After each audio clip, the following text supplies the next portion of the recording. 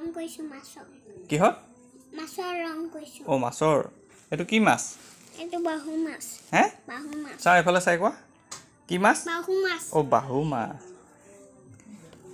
চাওচোন কি কালাৰ কৰিছে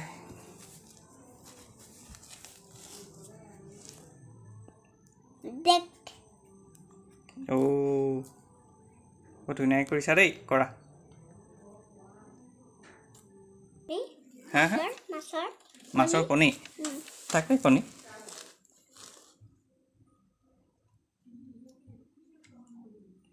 এইবোৰ বাকলি হয়